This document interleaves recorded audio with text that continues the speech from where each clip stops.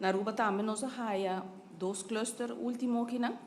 E me está mencionando que dois clusters relacionados com estagiários na cabine Holanda também.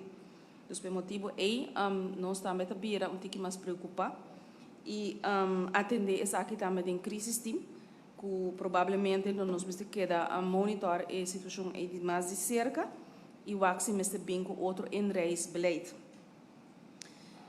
Nós estamos por aqui com a situação de última semana na Holanda e também a situação mundial, também nós estamos evaluando, mesmo que o Sr. Trump está mantendo a data na Aruba, e está monitor constantemente toda a data na mundial, vooral de caminho da Aruba para receber turistas, e a base de sei nós está informar crise team, e se me está toma certo, of toma dona certo aviso, e of toma certa decisão, é sem nada agora assim, maneira que é necessário.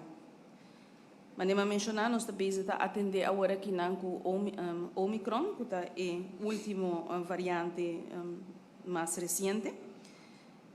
Para conhecer diferentes países do mundo, incluindo Holanda, toma diferentes medidas.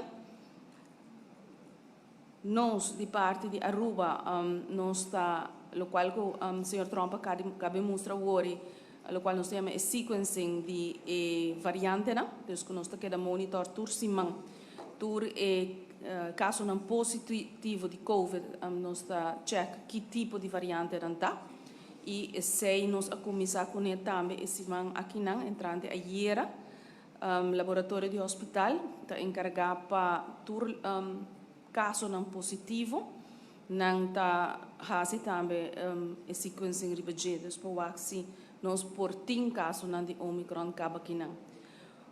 Coisa que me se remarcar assim, que o teco semana passada ainda está 100% delta, maneira que o Sr. Trump mostra o seu gráfico, então não tem nenhuma indicação agora aqui não que nós temos ainda, mas sim nós estamos monitorando aqui de cerca later todo dia. A parte de mostra na lab test na de hospital, nós também regel com outro laboratório na também, que de outro laboratório na também lo entrega na mostra na para por hasia de Aruba e no de lab ha so.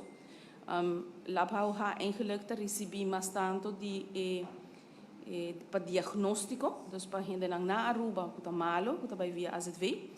E também a maioria de estas que está dentro na Aruba, no laboratório hospital, é mais ou menos entre 8 a 10% de estas que está dentro da Aruba, está teste na airport, e o teste também está lá para o não, pero nós temos passageiro que está back no país, o qual nós chamamos outbound, e esse não está agora assim na outro laboratório.